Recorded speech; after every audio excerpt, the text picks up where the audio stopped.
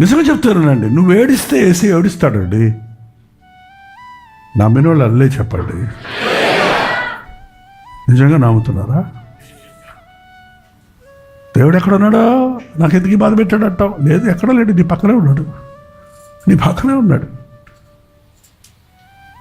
మనుషులు వచ్చి నీ దగ్గర సింపతి చూపిస్తారు, నీకేం చేయలేరు వాళ్ళు.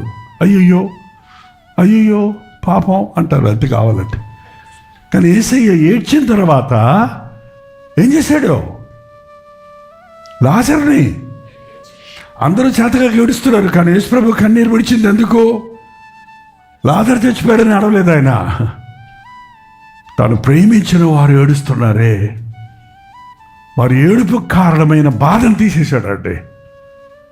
లాజరు బయటికి రమ్మనగానే బయటకు వచ్చిన తర్వాత ఇంకో 3 రోజులు ఏడుచుంటారు అక్క చెల్లెలిద్దరు. ఏటో అరే ఎందుకు లేచాడరా అని ఇప్పుడు వచ్చిన వాళ్ళందరూ ఏడిచారా? వాళ్ళ సంతోషం ఎక్కడుందో, నీ దుఃఖ దినములు సమాప్తమైంది. వారు ఎంత బాధపడ్డారో అంత సంతోషపడ్డారు. అందుకే రెట్టింపు సంతోషం నీకు ఇస్తానన్నాడు దేవుడు. ఎప్పుడు యేసయ్యను చీపుగా ఎంచకండి, చవకగా ఎంచకండి.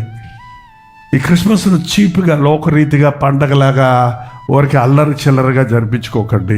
ఇందులో ఉన్న డెప్త్, అందులో ఉన్న సారం, అందులో ఉన్న సాక్రిఫైస్, అందులో ఉన్న పాఠాలు, అందులో ఉన్న సత్యాన్ని అది మనకి ఎలా అప్లై చేసుకోవాలి, మనకు ఎలా అనునయించుకోవాలి, దానివల్ల మనం ఎలాంటి జీవితం జీవించాలనేది జీవించి చూపించిన ప్రభు వైపు చూద్దాం.